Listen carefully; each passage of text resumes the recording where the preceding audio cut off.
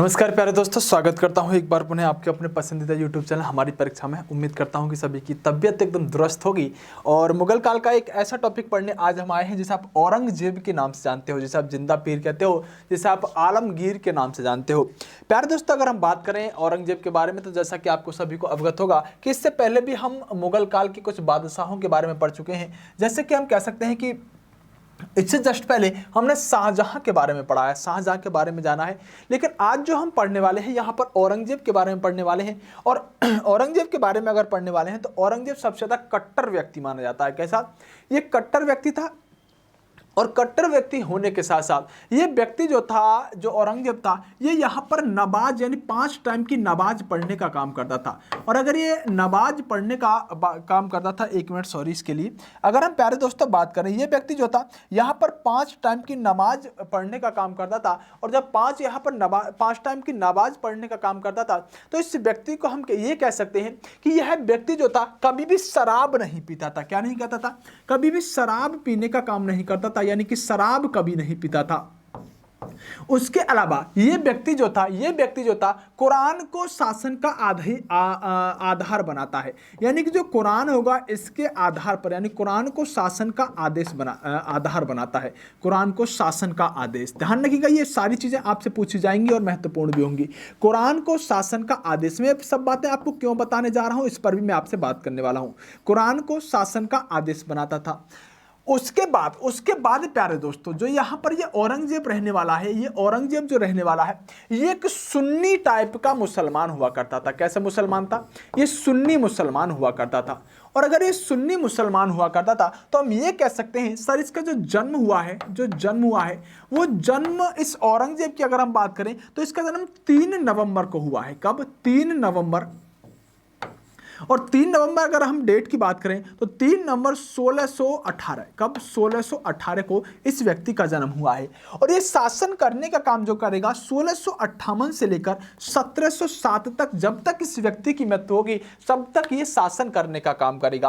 अब आप समझ रहे होंगे सर आपने ये सारी बातें क्यों बताई हैं कि यह व्यक्ति शराब नहीं पीता था, तो इसमें क्या बात है सर? वो तो हम भी नहीं पीते। तो इसमें सच बात यह है कि ये कुरान को शासन का आधार बनाता है। इसके अलावा ये सुन्नी मुसलमान हुआ करता था। ये सारी बातें आपसे पूछी जाती रही हैं। उसके अलावा अगर हम प्यारे दोस्तों बात करें तो ये व्यक्ति एक ऐसा व्यक्ति था जिसकी 1707 में मृत्यु होने के बाद ये व्यक्ति यहाँ पर इसकी मृत्यु होने के बाद मुगल बादशाह जितने भी आएंगे वो सारे के सारे इतने स्ट्रांग नहीं रहने वाले होंगे। अगर मैं बात करूं इसके गुरु के बारे में, तो एक व्यक्ति हुए हैं जिनका नाम है मोहम्मद हकीम।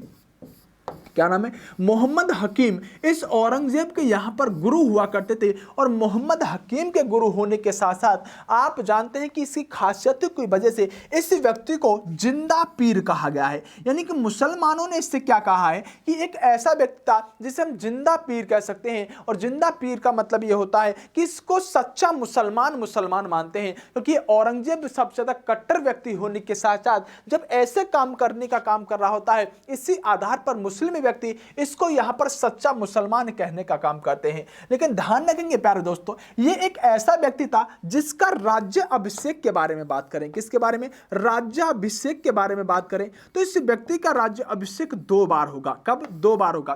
पहली बार जब इसका राज्य अभिषेक होगा तो इसका पहली बार राज्य अभिषेक होगा 1658 में। कब? 1658 में इसका एक बार राज्य अभिषेक होगा। और जब दोबारा इसका राज्य अभिषेक होगा तो इसके जस्ट बाद ही 1659 में दूसरी बार इसका राज्य अभिषेक हो रहा होगा। दरअसल प्यारे दोस्तों, थोड़ा सा हम पृष्ठभूमि पर नजर डालें तो औरंगजेब एक ऐसा व्यक्ति था जिसके अंतर्गत इसके पिता का क्या नाम रहेगा? शाहजहां रहेगा। शाहजहां कौन था? जिसने ताजमहल बनवाने का काम किया था। तो औरंगजेब जो रहेगा, यह औरंगजेब नाम का व्यक्ति, यह अपने पिता को अगर हम देखें, इसके हम भाई को देखें, तो इससे पहले ही वीडियो में मैंने आपको सिखाया है कि इस औरंगजेब ने उत्तराधिकार का युद्ध लड़ा था। और एक एक चीज को बहुत अच्छे से समझ कर चलेंगे, आखिरकार उत्तराधिकार का युद्ध क्यों लड़ा था। दरअसल ये औरंगजेब नाम का व्यक्ति जो था, ये दक्षिण भारत का गवर्नर बनाया जाता है। और जब दक्षिण भारत का गवर्नर बनाया जाता है तो उसके पीछे कारण होता है कि दूसरे नंबर का बड़े पुत्रों में दूसरे नंबर का पुत्र होता है। तब शाहजहां सबसे बड़े पुत्र को शासक दिल्ली का बना देता है, जिसे आप दारा शिकोह कहते हैं, जिसके बारे में मैंने बताया कि उसे लघु अकबर भी कहा जाने का काम किया जाता है। जब दारा शिकोह को यहाँ शाहजहां शासक बना देता है तो औरंगजेब दिल्ली की गद्दी पर खुद बैठना चाहता है। और अगर खुद दिल्ली की गद्दी पर बैठना चाहता है तो इसी वजह से यह उत्तराधिकार का एक युद्ध लड़ने का काम करता है। और वो जो युद्ध लड़ा जाता है उस युद्ध के अंतर्गत औरंगजेब अपने बाकी के 3 भाइयों को यहां पर मार देने का काम करता है, जिसमें से शाह शुजा, दारा शिकोह और मुराद बख्श हुआ करते थे।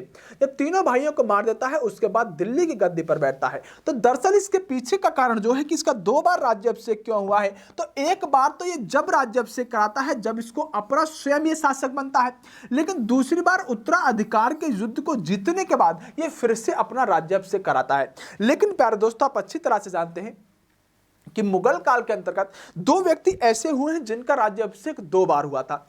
एक व्यक्ति अकबर होगा, जिसका यहां पर हम कह सकते हैं कि 14 फरवरी को राज्याभिषेक होने का काम करेगा कालानौर में, और 20 फरवरी को इसका अकबर का राज्याभिषेक हुआ था, जो कि हम कह सकते हैं दिल्ली के अंदर राज्याभिषेक होगा। लेकिन प्रश्न आपसे कई तरह से घुमा फिरा कर पूछता रहा है, तो आप ध्यान रखेंगे कि इस व्यक्ति का यानी अकबर की अगर हम पहले बात करते हैं तो अकबर की और यहां पर दोनों में जो अंतर रहने वाला है, अगर आपसे प्रश्न पूछा जाए कि कौन सा मुगल बादशाह ऐसा था जिसका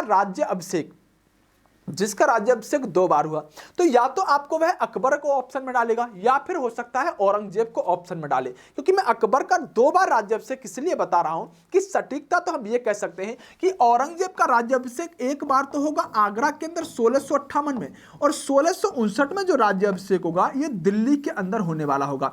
दरअसल अकबर का जो राज्याभिषेक हुआ है वो दरअसल यहां पर युद्ध के मैदान में ही हुआ है, जब बैरम खां उसको यहां पर एक अभियान पर ले जाता है पंजाब के अंदर कालानौर नामक स्थान पर। जब अचानक हुमायूं की सीढ़ियों से गिरकर दिल्ली के अंदर मौत हो जाती है तो बैरम खां को लगता है कि दिल्ली की गद्दी खाली हो चुकी है। तब युद्ध भूमि के अंदर ही यह बहुत छोटे से अकबर का यहां पर राज्याभिषेक कर देता है। उसके बाद दिल्ली बाद में अकबर वापस आता है तो फिर से राज्याभिषेक होता है। लेकिन औरंगजेब का भी राज्याभिषेक 2 बार हुआ है, एक बार आगरा में और दूसरी बार दिल्ली के अंदर। तो जब भी आपसे यह पूछा जाएगा कि राज्याभिषेक किस मुगल बादशाह का 2 बार हुआ, तो आप या तो अकबर ऑप्शन में मिलेगा या फिर आपको औरंगजेब ऑप्शन में मिलेगा। लेकिन दुर्भाग्यपूर्ण अगर आपको दोनों ही ऑप्शन में मिल जाते हैं तब आप औरंगजेब को ज्यादा सटीक आंसर लगाएंगे, लेकिन अकबर भी कई बार आंसर जब माना जाता है जब वो औरंगजेब को ऑप्शन में ही नहीं देता। तो आपको ध्यान रखना होगा। इसीलिए जब इससे शराब ना पीता था, कुरान में विश्वास रखता था, इसीलिए इस व्यक्ति को क्या कहा गया है, जिंदा पीर इसकी उपाधि रही है। और एक और इसकी उपाधि रही है जिसे आप यहां पर क्या कह सकते हैं, जिसे यहां पर आप आलमगीर के नाम से जानते हैं। किसके नाम से? आलमगीर के नाम से यहां पर जानने का काम करेंगे। प्यारे दोस्तों ध्यान रखिएगा, अगर हम यहां पर इस औरंगजेब की बात करें तो जैसा कि मैं बार बार कह रहा हूं कि बहुत कट्टर व्यक्ति था, बहुत ज्यादा कट्टर व्यक्ति होने की वजह से इस व्यक्ति ने भारत के बारे में अगर मैं बात करूं तो भारत के बारे में आप समझिएगा, भारत को कहा जाता था दारुल हर्ब। क्या कहा जाता था? भारत को कहा जाता था दारुल हर्ब।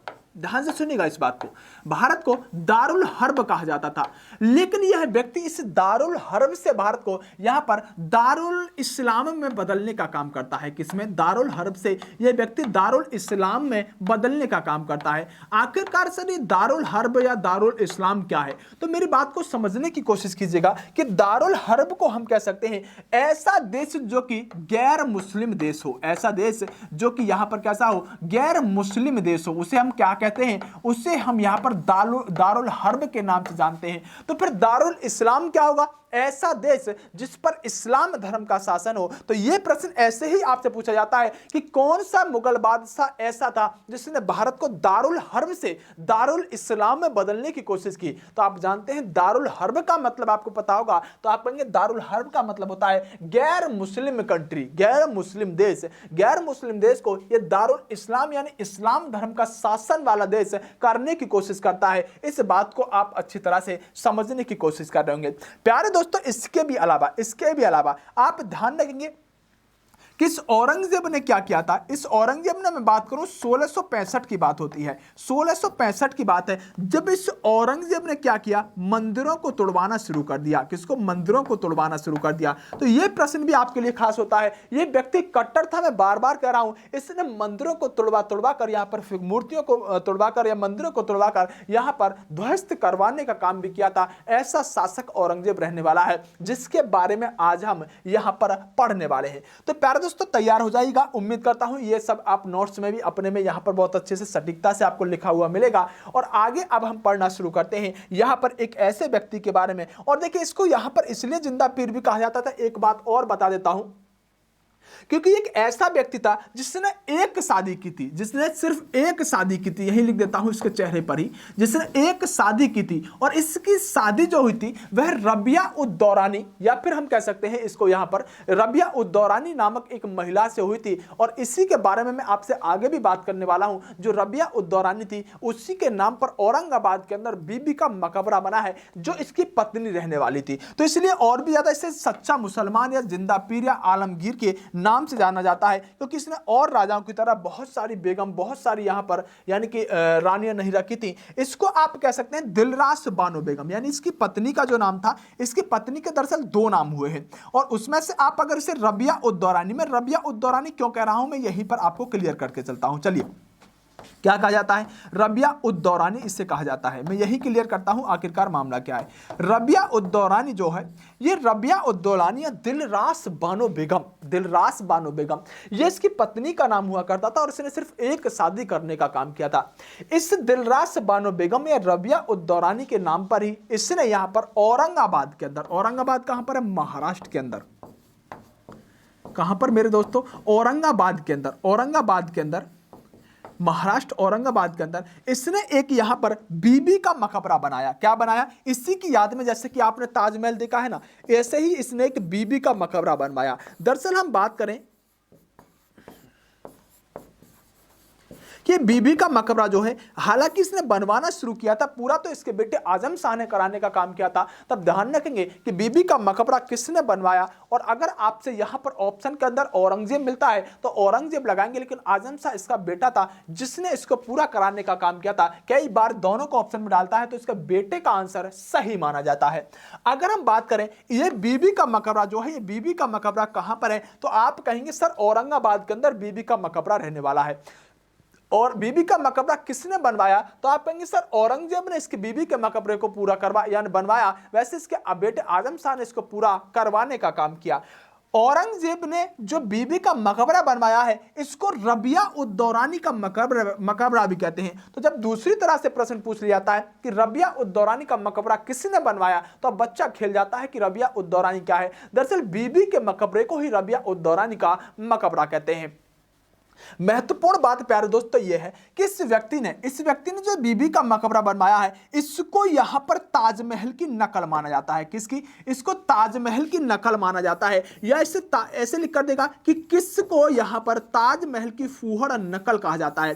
तो ध्यान रखिएगा। या फिर ऐसे कहेगा, दूसरा प्रश्न, एक तो कहेगा ताजमहल की नकल किसे कहा जाता है, तो आप कहेंगे बीबी का मकबरे को कहा जाता है। और बीबी का मकबरा कहां पर है, तो औरंगाबाद के अंदर रहने वाला है। दूसरा प्रश्न जो पूछा जाता है, दूसरा प्रश्न यह पूछा जाता है कि दक्षिण भारत का ताजमहल, क्या पूछा जाता है? दक्षिण भारत का ताजमहल। तो जब भी आपसे दक्षिण भारत का ताजमहल पूछा जाए तो उसका मतलब यही होता है कि दक्षिण भारत का ताजमहल भी कहां क्या है, तो दक्षिण भारत का ताजमहल भी बीबी के मकबरे को कहा जाता है। और जानिएगा, देखिए इसने और क्या बनवाया, मैं आपको बताता हूं। इस व्यक्ति ने एक और महत्वपूर्ण चीज बनवाई थी। दिल्ली के अंदर जो लाल किला है, और उस लाल किले के अंदर, दिल्ली के अंदर जो लाल किला है, उस लाल किले के अंदर, किसके? लाल किले के अंदर। लाल किला किसने बनवाया था वैसे, तो इसके पिता ने बनवाया था। इसका पिता कौन था? शाहजहां रहने वाला था। दिल्ली के लाल किले के अंदर जो मोती मस्जिद होती है, क्या मोती मस्जिद होती है, इस मोती मस्जिद को बनवाने का काम इस व्यक्ति ने किया था। तो ये कुछ महत्वपूर्ण चीजें होती हैं जहां से फैक्ट पर प्रश्न पूछा जाता है। अभी मैं इसके अंतर्गत जब आगे चलने का काम करेंगे तो इसके बारे में बहुत कुछ जानने की कोशिश कर रहे होंगे। वैसे मैंने इसके बारे में आपको थोड़ी सी दिमाग के अंदर जो चीजें आपको आती होंगी उनको पहले तैयार करने की कोशिश की है, और उम्मीद करता हूं कि अब यहां से आगे सारी चीजें, इतना आपके दिमाग के अंदर बेसिक चीजें तैयार होनी चाहिए। जैसे कि मैंने कहा कि ये औरंगजेब नाम का व्यक्ति जो था 2 बार इसका राज्याभिषेक होता है और आखिरकार 2 बार राज्याभिषेक, एक बार पहली बार 1658 में होगा। कब? 1658 में होगा। कहां पर? आगरा के अंदर। उसके बाद 1659 में जो होगा, जब ये अपने ही भाई दारा शिकोह की हत्या करेगा और दारा शिकोह की हत्या करने के बाद दिल्ली की गद्दी पर बैठेगा। 1659 में 2 बार राज्य अभिषेक होने वाला मुगल बादशाह अकबर, दूसरा औरंगजेब। अगर प्यारे दोस्तों हम बात करें औरंगजेब नाम का जो शासक है, यह व्यक्ति यहां पर बीजापुर और गोलकुंडा को जीतने का काम करता है। मेरी बात को ध्यान से समझने की कोशिश कीजिएगा। आखिरकार बीजा और गोलकुंडा पर ऐसी क्या बात थी सर, जो बीजापुर और गोलकुंडा को औरंगजेब ने जीता? तो इसके साथ इसका संबंध बताया गया। देखिए, दरअसल बात ऐसी है प्यारे दोस्तों कि ये बीजापुर और गोलकुंडा जो थे ना, मुगल काल के अंदर सबसे ज्यादा शक्तिशाली साम्राज्य हुआ करते थे। जितने भी मुगल बादशाह हुए, इस गोलकुंडा और बीजापुर को जीतने की कोशिश तो बहुत लोगों ने की थी, लेकिन बीजापुर गोलकुंडा को कोई भी मुगल बादशाह जीत नहीं पाता था। लेकिन औरंगजेब जो था, इसने बीजापुर और गोलकुंडा को जीतने का काम किया था। इसलिए आपसे यह प्रश्न महत्वपूर्ण रूप से पूछा जाता है कि कौन सा मुगल बादशाह ऐसा था जिसने बीजापुर और गोलकुंडा को जीतने का काम किया? तो आप आसानी से इस प्रश्न का आंसर लगा पाएंगे कि सर बीजापुर और गोलकुंडा को औरंगजेब ने जीता। क्योंकि औरंगजेब जो था, देखो ध्यान से समझिएगा मेरी बात को, अगर मैं यहां पर बात करूं अकबर के बारे में, तो अकबर जो रहने वाला था, तो हम ये कह सकते हैं सर 49 साल, हम कह सकते हैं 4 महीने, 49 साल 4 महीने अकबर ने शासन किया। लेकिन अगर मैं आपसे कहूं कि औरंगजेब ने कितना शासन किया, तो आप ध्यान रखिएगा कि औरंगजेब ने इसको 6 महीने कहिएगा, यानी 49 साल 6 महीने। और अगर हम बात करें औरंगजेब के बारे में, तो औरंगजेब ने 49 साल लगभग 4 महीने शासन किया। तो इन दोनों में से शासन किसने ज्यादा किया? तो आप कहेंगे सर शासन ज्यादा किया अकबर ने।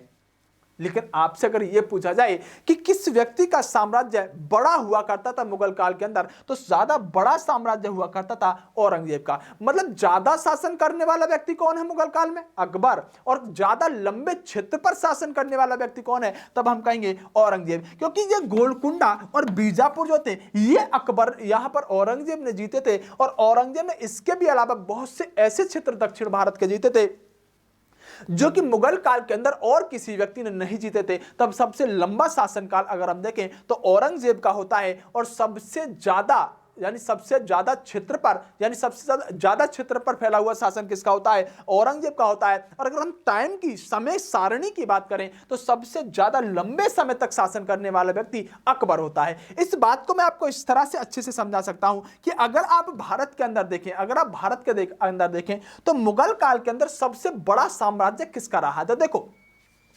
जैसे अकबर ने जब शासन किया, तो अकबर ने लगभग 15 राज्यों पर, ये राज्य दरअसल ऐसे समझिएगा जैसे आज के राज्य हैं, ये वाले राज्य नहीं हुआ करते थे। अकबर ने जब शासन किया था, तो अकबर ने लगभग 15 राज्यों पर शासन लगभग कर लिया था। कितने राज्यों पर? 15 राज्यों पर शासन कर लिया था। लेकिन अगर जहांगीर की देखें, तो जहांगीर के बारे में तो आप अच्छी तरह से जानते हैं, एक नंबर का बिगड़ैल टाइप व्यक्ति था। और इस व्यक्ति ने ज्यादा शासन नहीं किया, मतलब ज्यादा लंबा साम्राज्य विस्तार नहीं कर पाया था। और ये सिर्फ 15 ही राज्यों पर शासन कर पाया था। लेकिन जो शाहजहां नाम का व्यक्ति था, शाहजहां ने अकबर से ज्यादा, तो शाहजहां ने लंबे क्षेत्र पर शासन कर लिया था। 18 राज्यों पर शाहजहां ने शासन किया था। लेकिन जब औरंगजेब शासन करने के लिए आता है, तो औरंगजेब का साम्राज्य इतना विस्तार हो चुका था, कुछ ऐसे जैसे बीजापुर, गोलकुंडा जैसे साम्राज्य इसने जीतने का काम किया था। तब हम कह सकते हैं कि जो औरंगजेब था, ये औरंगजेब 20 से 21 राज्यों पर शासन करने का काम करेगा। तो आप बताओ अकबर का, आप खुद ही बताओ कि सर अकबर का राज्य, अकबर के समय में ज्यादा राज्य पर शासन होता था या औरंगजेब के समय पर ज्यादा राज्य होता था?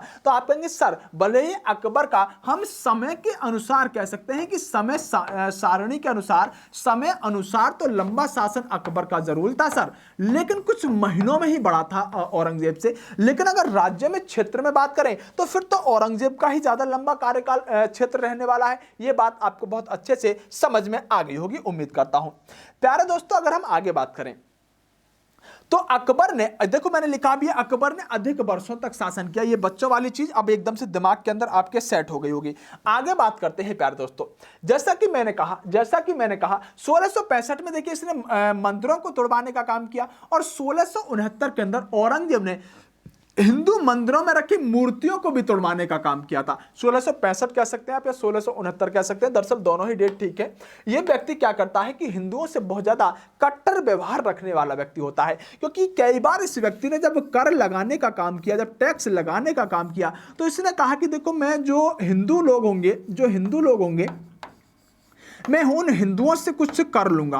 और वो जो कर रखा गया हिंदुओं के लिए, वो कर यहां पर रखा गया 5%। कितना? 5%। लेकिन जब यहां पर हम बात करें जो मुस्लिमों पर वही कर रखा गया 2.5% वही कर रखा गया। बाद में इस 2.5 को भी खत्म कर दिया जाता है। तब ये मुस्लिम लोगों के लिए बहुत ज्यादा पचने वाला, तब मैं अपनी भाषा में इसे कट्टर व्यक्ति कह सकता हूं, जो यहां पर औरंगजेब रहने वाला है। तो इस व्यक्ति ने क्या किया कि इस व्यक्ति ने ज्यादा कट्टर होने की वजह से मंदिरों मूर्तियों को तोड़वाने का काम करता था। यह ऐसा मुगल बादशाह रहा है। होली दीपावली पर रोक लगवाने वाला, देखिए मैंने कर से ही आपको समझा दिया है। तो होली और दीपावली के त्योहारों पर कौन सा मुगल बादशाह ऐसा था जो कि जिसने रोक लगवाने का काम कर दिया था? और जानिएगा, यह व्यक्ति खुद शराब नहीं पीता था, तो इसने क्या किया कि इसने जुआ और शराब पर भी रोक लगा दी। यह प्रश्न भी आपसे पूछा जाता रहा है। वैसे तो आप सभी अच्छी तरह से जानते हैं कि मुगल बादशाह जो हुआ करते थे, उनके अंदर बहुत सारे लोग ऐसे थे, जैसे जहांगीर ने तंबाकू पर रोक लगवा दी थी, मैंने आपको बताया था।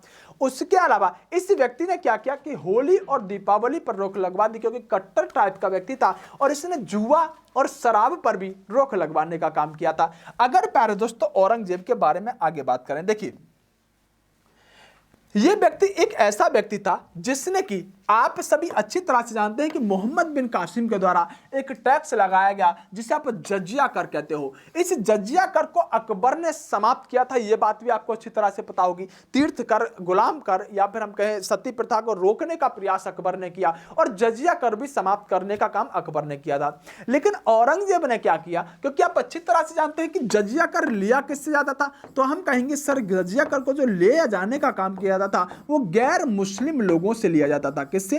गैर मुस्लिम लोगों से इसको लिया जाता था।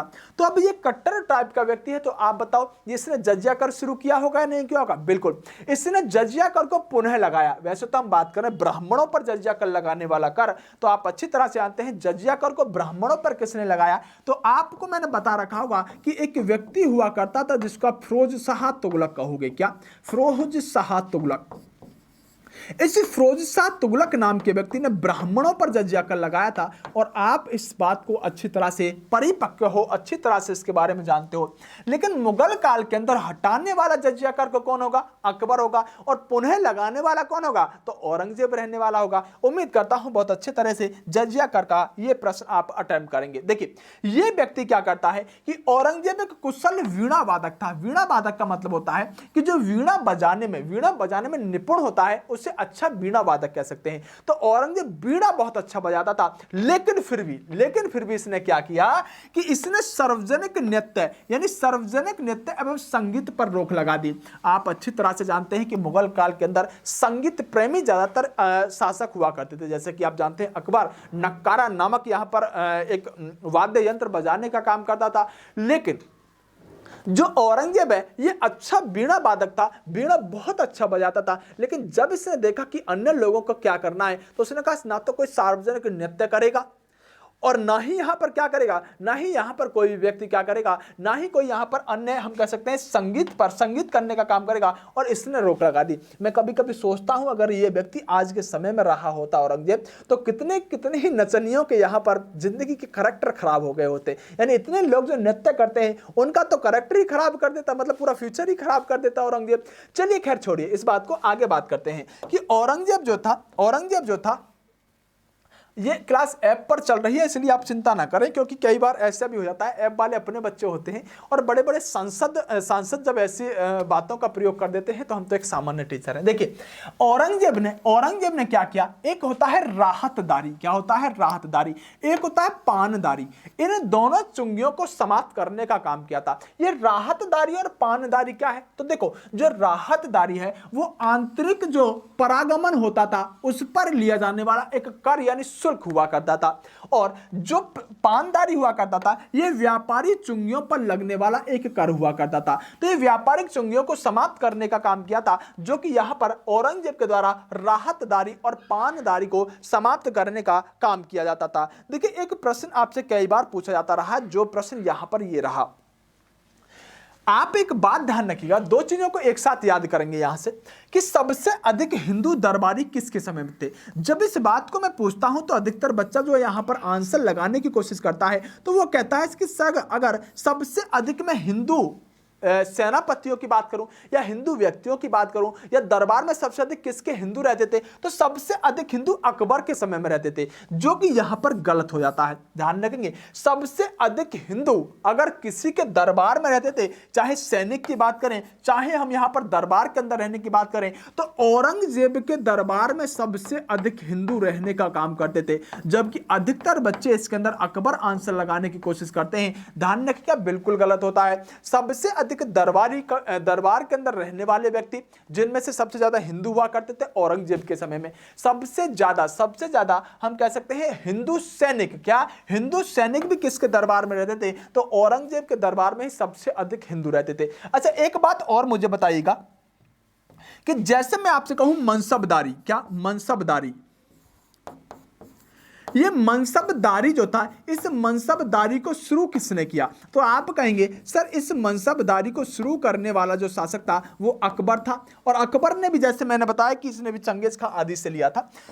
इसके बाद अगर मैं दूसरा प्रश्न पूछूं कि सबसे ज्यादा मनसब किसके समय में थे, यानी सबसे ज्यादा मनसबदार, वैसे तो मैंने आपको बता रखा है मनसब का मतलब क्या होता था, तो ध्यान रखिएगा अगर पूछा जाए कि सबसे ज्यादा मनसब किसके समय में हुआ करते थे, यानी सबसे ज्यादा मनसबदार, क्या सबसे ज्यादा मनसबदार, तो अब इस प्रश्न का आंसर देने से पहले इस बात को आपको समझना होगा कि भले ही सर मनसबदारी प्रथा को अकबर ने शुरू किया था, लेकिन सबसे ज्यादा अगर हम मनसबदारों की बात करें तो ये औरंगजेब के दरबार में ही रहने का काम करते थे। किसके दरबार में, औरंगजेब के दरबार में ही रहने का काम करते थे। तो ये बहुत अच्छा सा प्रश्न होता है, उम्मीद करता हूं आप अच्छे से इसको कवर कर पाएंगे। हिंदू सबसे अधिक दरबारी कहें या हिंदू सेनापति कहें तो अकबर के दरबार में, सबसे ज्यादा मनसबदार कहें तो भी हम कह सकते हैं कि शुरू करने वाला अकबर मनसबदार, लेकिन सबसे ज्यादा मनसबदार किसके समय में रहते थे, तो औरंगजेब के समय में रहने का काम करते थे। अगर प्यारे दोस्तों हम आगे बात करें तो औरंगजेब के बारे में ज्यादा कुछ चीजें नहीं मिलती हैं, आप कुछ चीजें फिर भी आप जानते हैं, जैसे कि मैंने कहा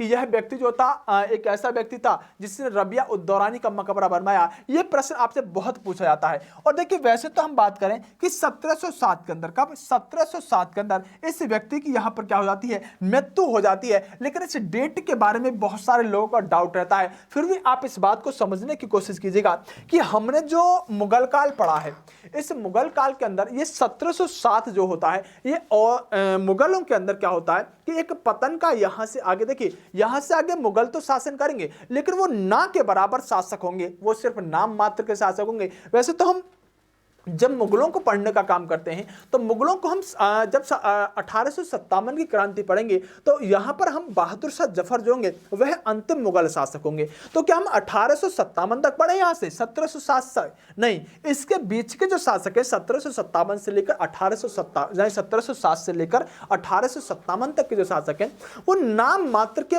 मुगल शासक रहते हैं, तो उनके बारे में हमें ज्यादा नहीं जानना पड़ता। तब भी आप मुगल काल को जो पढ़ते हैं औरंगजेब तक प्रमुख रूप से पढ़ते हैं। इसके अलावा इसके आगे की क्या अच्छी अच्छी चीजें हो सकती हैं, क्या महत्वपूर्ण चीजें हो सकती हैं, उन सभी पर मैं आगे बात करूंगा। और हो सकता है कि मैं दक्षिण भारत को यहीं पर थोड़ा सा आपसे या तो डिस्क्राइब करके चलूं, या हो सकता है दक्षिण भारत दोनों जगह पर पढ़ लिया जाता है, जिसके अंदर आप तुल्लु वंश आदि को पढ़ने का काम करते हो, कृष्णदेव राय आदि को पढ़ने का काम करते हो सकता है दक्षिण भारत को मैं प्राचीन भारत में पढ़ूं। तो आप इसलिए बेफिक्र रहिएगा, आपने औरंगजेब तक पढ़ा है, औरंगजेब तक निश्चित रूप से आपने एक एक चीज को जाना होगा। इसी क्रम में बहुत जल्दी फिर दक्षिण यानी प्राचीन भारत को शुरू करेंगे, और प्राचीन भारत का इतिहास जब पढ़ेंगे तो वह पोर्शन जो आपको सबसे ज्यादा कठिन लगता है, सबसे ज्यादा बेकार सा लगता है, उसमें बहुत अच्छी तरह से सब चीजों पर हम बात करने का काम कर रहे होंगे। फिलहाल आज की वीडियो में सिर्फ मैंने औरंगजेब को पढ़ाने का काम किया है, और मैं मराठा आदियों को आपको पहले ही पढ़ा चुका हूं। जैसे तो औरंगजेब को टक्कर देने का काम जो किया था, यहां पर प्रमुख रूप से हम कह सकते हैं कि प्रमुख रूप से जो औरंगजेब को टक्कर दी है यानी तो वह मराठाओं ने दिया है, राजपूतों ने दिया है और जाटों ने दिया है। जाटों के बारे में एक बात ध्यान रखिएगा, एक व्यक्ति होता है जब ये मुगल शासन कर रहे होते हैं तो एक व्यक्ति होता है जिसका नाम होता है राजा राम। क्या नाम होता है इस व्यक्ति का? नाम याद रखिएगा, राजा राम। ये राजा राम नाम का व्यक्ति जो था, एक है चूड़ामल जाट। ये चूड़ामल जाट जो है, दरअसल इन बहुत सारे जाटों ने औरंगजेब के समय में मुगलों के खिलाफ क्या कर दिया था, यहां पर विद्रोह किया था, विद्रोह करने का काम किया था। तो राजाराम जाट जो था, इस व्यक्ति ने क्या किया था कि जो अकबर नाम का व्यक्ति था, इस अकबर की अस्थियों को यहां से, यानी कि हम कह सकते हैं अकबर की अस्थियों को निकाला था, और निकालने के बाद इसने क्या किया था कि इसने उन अस्थियों को जलाने का काम किया था। तो आपसे जो प्रश्न पूछा जाता है कि कौन सा मुगल बादशाह ऐसा था जिसको पहले दफनाया गया और बाद में जलाया गया, तो राजाराम जाट ने क्या किया था कि अकबर की अस्थियों को जो पहले दफना दिया गई थी उनको बाद में निकालकर जलाकर और उनको नदी में प्रवाहित करने का काम किया गया था। तो जब भी इस प्रश्न को पूछा जाए कि कौन सा मुगल बादशाह ऐसा था जिसको पहले दफनाया गया बाद में जलाए जाने का काम किया गया, वह अकबर रहने वाला होगा। और चूड़ामल जाट ने क्या किया था, ये भरतपुर की नींव रखने का काम किया था। किसकी? भरतपुर की नींव इसने रखने का काम किया था। ऐसे ही सिखों ने भी इसके बारे में हम बात करें तो बहुत सारे विद्रोह यहां पर औरंगजेब के समय में किए थे, जो शिवाजी जिसमें से प्रमुख थे। तो मराठाओं को तो हम स्पेशल पहले ही पढ़ चुके हैं, उसमें आपको कोई समस्या आने वाली नहीं है। तो आज की वीडियो को ज्यादा लंबी नहीं करेंगे, आज की वीडियो को हम यही समाप्त करेंगे। सभी के लिए बेस्ट ऑफ लक, नमस्कार, धन्यवाद, जय हिंद।